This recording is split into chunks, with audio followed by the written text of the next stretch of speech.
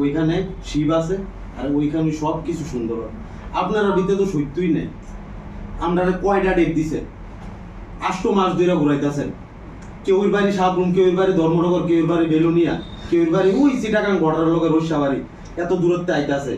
Daily কাম কাজ ফালাই দিয়া যদি আজকে আমরা বড় বাপের সন্তান হইতাম, টেহা অর্থনৈতিক থাকতো, তাহলে গেলাম এটা আমরা ভিত্তি করে আইলাম না।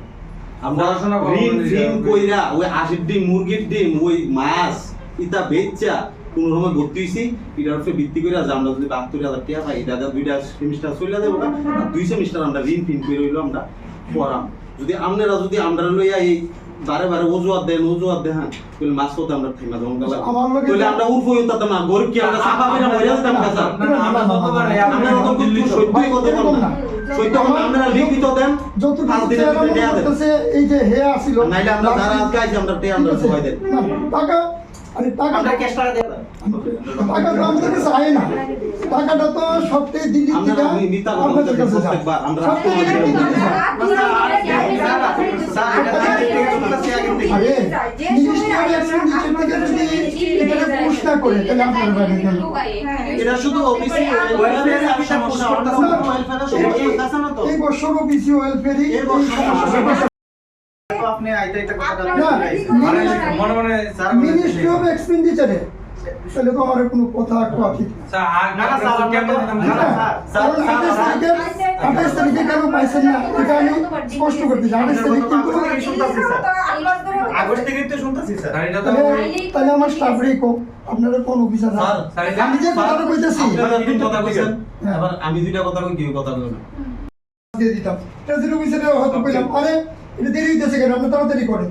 তাড়াতাড়ি করার ব্যাপারটা তো আমরা ওইখানে কইতে পারতেছি না। এখন জালিকের উপর পড়ে যে আমাদের আরেকজন অফিসার আছে, তোমরা যে আইসো আরেকজন অফিসার ছিল না ডেপুটি ডিরেক্টর, আর রামকৃষ্ণ তো সবাই চিনে, এই দুইজন কিন্তু আজকে দিল্লিতে আছে।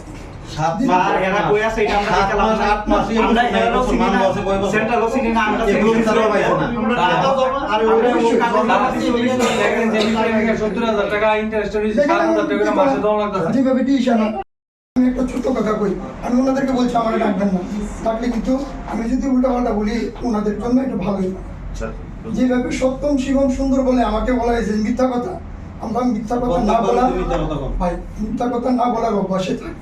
মিথ্যা কথা বললে এই চেয়ারটার অবমাননা করা, এভাবে না বললে ভালো। আরেকটা জিনিস আমি বলি, আমার টেলিফোনটা কিন্তু মানে বিভিন্ন দিকে নজর রাখা হচ্ছে, তার জন্য আমি অনেক সময় টেলিফোন করলে ডাইরেক্টলি আমি কথা বলি। এই গত শুক্রবারে অথবা বৃহস্পতিবার আমি ভাবছি স্টার্ট হয়েছে, মানে এখন সবাই বেড়েছে, কারণ আমি খুশি হয়েছি। সোমমঙ্গলবার একটু করে মানে আপনি কোন আমি এরপরে করি। সোমমঙ্গলবারে অপেক্ষা করছি, বুধবার দিন আমি অপেক্ষা করলাম, তো বুধবার দিনও কোথায় আইব, দেখলাম বুধবার দিন নেই। বৃহস্পতিবার দিন আমি আমরা মিনিস্টার স্যার সঙ্গে ম্যাডামের সঙ্গে কথা কইয়া ম্যাডামরা স্পেশালি বলে ম্যাডাম এখন আমি আমার অফিসার পাঠিয়ে দিই, ওরকম পড়েছে যে ডেপুটি ডিরেক্টর আমরা বই রিসিভ কথা পেলে কিন্তু আমার দুঃখই হবে। এবং আমাদের রামকৃষ্ণ স্যার কাছে আপনারা যান, এই দুইজনকে তড়িঘড়ি আগরতলার টিকিট নাই কলকাতার, আমরা বাগডোগরা গেছে, বাগডোগরা থেকে পরের দিন 8টায় তারা গেছে দিল্লিতে গিয়া তারা আমাদের মিনিস্ট্রি প্লাস মিনিস্ট্রি অফ এক্সপেন্ডিচারে গেছে। বিকাল তখন 3-4 হয়ে গেছে, তারা কইছে যে আপনারা সোমবার দিন আইন, কারণ এরপরে শনিবার রবিবার 2 দিন তারা অপেক্ষা করছে।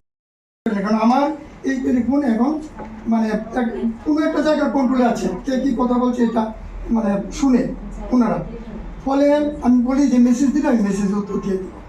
এখন যদি বলেন যে মিথ্যা কথা বলি তাহলে তো এটা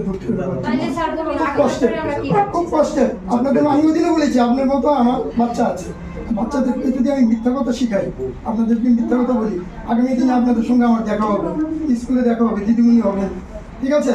মিথ্যা কথা বলাটা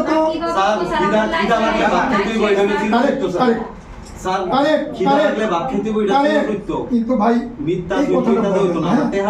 এই কথাটা বললাম, টাকা লাগবে আপনাকে দিতে পারিনি, দ্যাট ইজ ডিফারেন্ট।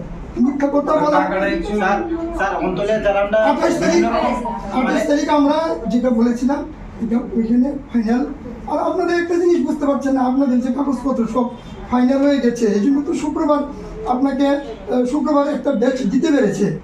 দেওয়ার পরে যে প্রবলেমটা হয়েছে এই প্রবলেমটা নিশ্চয়ই সলভ করতে হবে আমাদের। কিছু স্টুডেন্টরা আমরা দিয়ে দেবো, তারপরে হ্যাঁ মানে চুপ করে থাকবো। না। যেমন